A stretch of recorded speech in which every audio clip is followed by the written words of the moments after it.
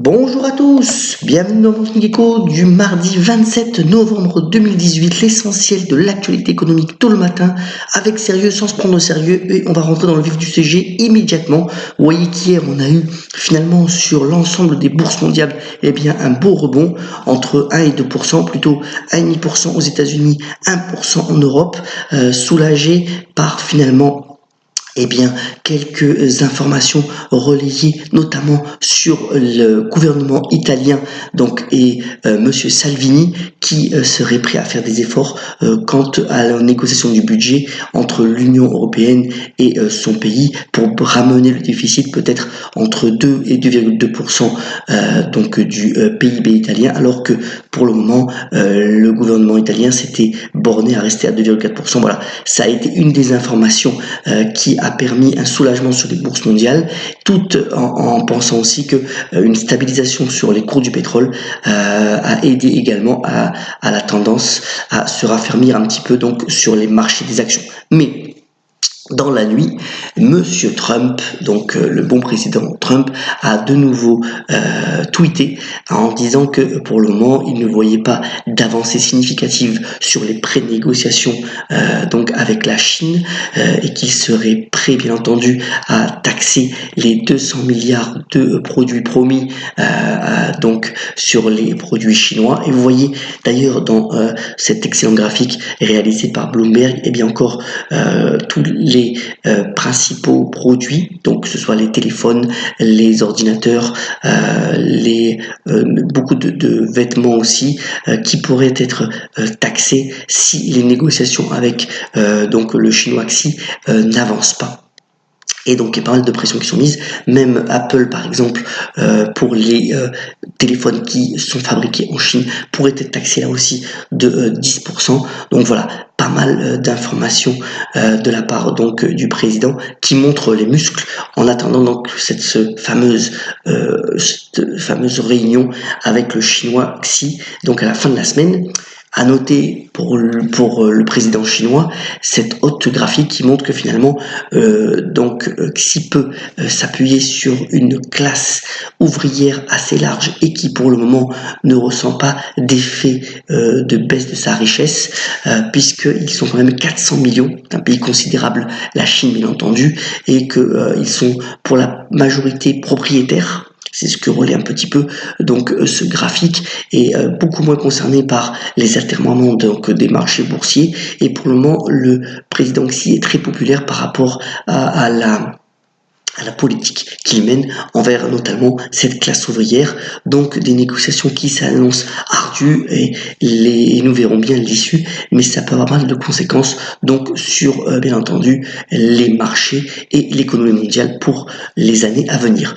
L'autre nouvelle bien entendu aussi, c'est Theresa May qui joue son va-tout pour convaincre maintenant les députés de pouvoir voter son Brexit. Elle a 2 semaines, on estime à 50% les chances de pouvoir faire voter son Brexit au Parlement, et elle a prévenu que un non-vote mènerait le Royaume-Uni vers l'inconnu. Ambiance.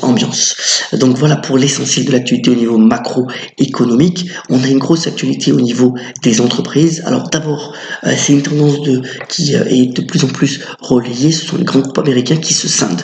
Une scission des activités. Vous voyez là un des plus beaux groupes américains qui s'appelle United Technologies, qui va finalement se scinder en 3 parties. Une partie qui va être dédiée aux activités aérospatiales, une deuxième tout ce qui est Otis, vous connaissez les ascenseurs et autres escaliers mécaniques, et puis la troisième activité carrière qui sont les chauffages et l'air conditionné. Vous voyez que United Technologies a eu quand même un beau parcours sur 5 ans, vous voyez sur le graphique de droite, mais voilà, ça se scinde pour encore améliorer la compétitivité de ces 3 pôles d'activité.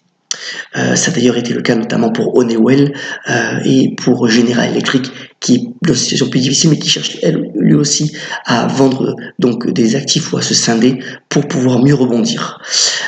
Autre nouvelle et qui a mis en rage donc le président Trump, décidément, il est en colère depuis hier, c'est General Motors cette fois-ci qui va licencier donc près de 14 000 salariés, soit licenciés, soit relocalisés. C'est un effort de restructuration, donc de baisse des coûts de 6 milliards de dollars, c'est assez considérable. Vous voyez que, bien entendu, c'est toujours un peu délicat, mais la bourse a apprécié puisque le cours de l'action a monté de près de 5%, mais c'est quand même 15% de sa manœuvre qui est relocalisée, alors que General Motors avait publié des bons résultats il y a maintenant un mois, mais voilà, s'adapte aussi aux conditions par rapport à la guerre commerciale, donc les conséquences sont rapides et véritablement c'est un jeu délicat pour le pouvoir par rapport aux entreprises américaines.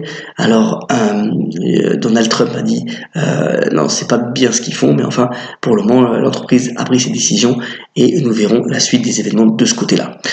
Autre nouvelle, alors là on revient donc sur le côté, on va dire, francophone avec Carrefour qui croit à l'Afrique. Alors Carrefour a inauguré hier son 3e supermarché à Abidjan, mais surtout Carrefour s'allie avec Jumia. Alors Jumia c'est en fait le Amazon africain et l'idée c'est donc de mettre sur cette plateforme pas mal de produits libellés Carrefour qui donc c'est une sorte de joint venture avec Jumia pour étendre la palette de produits disponibles sur le site en ligne et augmenter donc la pénétration des produits Carrefour en Afrique. Vous voyez qu'après toute la séquence donc de la consommation éthique développée par le groupe dirigé par Alexandre Bompard, et bien là c'est un autre point de développement donc vers l'Afrique. Espérons que ça puisse relancer un peu le cours de Carrefour, mais personnellement je crois en la stratégie d'Alexandre Bompard et je pense que Carrefour peut être regardé pour être investi. En revanche, déconvenue là assez forte, et c'est à noter, c'est donc le fabricant de drones Parrot qui a complètement dévissé en bourse depuis la publication de ses ventes, en particulier donc de son nouveau produit qui devait faire grand bruit, donc son drone Anafi, donc Parrot, fabricant de drones. La société est en difficulté, même si elle dispose encore d'une trésorerie assez confortable, mais ça ne décolle pas au niveau des ventes. Alors il y a des restructurations qui sont mises en place, mais enfin la situation est quand même assez délicate. C'est pas un dossier forcément à regarder, sauf pour des spéculateurs très avertis, et voir s'il y a un reversement un petit peu de la tendance, surtout au niveau commercial et des ventes de drones dans les prochains mois. En revanche, gros succès, et ça fait un petit peu la une de la presse, c'est donc Microsoft qui connaît un retour tonitruant. Alors pourquoi on en parle aujourd'hui? Parce que c'est à la lutte complète pour devenir la première capitalisation mondiale et supplanter donc Apple. Microsoft depuis en fait la prise de contrôle, au niveau du management par Satya Nadella en 2014, et bien c'est renouvelé, et en fait Microsoft a essentiellement misé donc sur tout ce qui est cloud, donc cloud computing, et vous voyez que les résultats ont été assez probants. De trimestre en trimestre, Microsoft améliore ses résultats, améliore donc sa rentabilité et sa pénétration au niveau de l'entreprise, notamment avec son produit phare donc de cloud, Microsoft donc Azure. Donc voilà, c'était à noter. Certainement que dans les jours à venir, avec les difficultés d'Apple par ailleurs et peut-être cette taxation de 10% des téléphones fabriqués en Chine, et bien Microsoft redeviendra véritablement la première capitalisation mondiale, ce qu'elle n'avait pas été depuis 2010. Alors voilà, ça je voulais vous en parler aussi. Vous savez que le marché en fait des sneakers est en pleine ébullition. C'est 19,6 milliards de dollars par an. Eh bien, nous avons une place de marché qui est dédiée au streetwear sneakers. C'est en fait tout ce qui est bien sneakers d'occasion. C'est un marché aussi important de 2 milliards de dollars. Et voilà, StockX qui s'est donc spécialisé dans ce produit-là, ce qui s'appelle StockX, donc la bourse des choses. L'idée c'est qu'ils emploient aujourd'hui 550 personnes dans le monde. Ils sont en train de s'installer à la fois à Londres et en Chine, et l'idée c'est qu'ils ont tout le process pour pouvoir authentifier qu'il s'agit d'une vraie paire de chaussures, une vraie paire de sneakers, avec des personnes qui sont spécialisées sur ce créneau. créneau. Et l'idée, c'est véritablement de fluidifier ce marché de la sneaker, donc de la chaussure de sport d'occasion à travers le monde. Et c'est promis un beau succès. Enfin, deux autres nouvelles, bien entendu, InSight, donc la sonde qui s'est installée sur Mars et qui a bien atterri hier, donc à 20h53. Donc InSight nous donne énormément d'informations sur cette planète, ce fameux désert froid de Mars, et essayer de mieux la comprendre. Donc c'est un succès, bien entendu, pour la NASA. Et puis pour finir, bien entendu, un tout petit hommage donc à ce grand réalisateur, bien entendu, anticonformiste Bernardo Bertolucci, qui nous a quittés hier à l'âge de 77 ans, qui a notamment fait deux films qui ont fait parler d'eux, Le Dernier Tango à Paris avec notamment Marlon Brando, et puis ce film qui lui a valu un Oscar donc du meilleur film étranger, qui est un film exceptionnel, donc Le Dernier Empereur, par cet réalisateur italien donc, qui a donné son dernier souffle hier.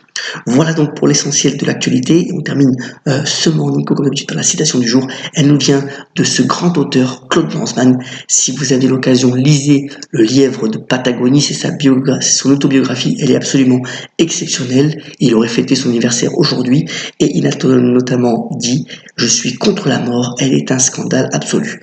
Excellente journée et à très vite sur le Morning Echo.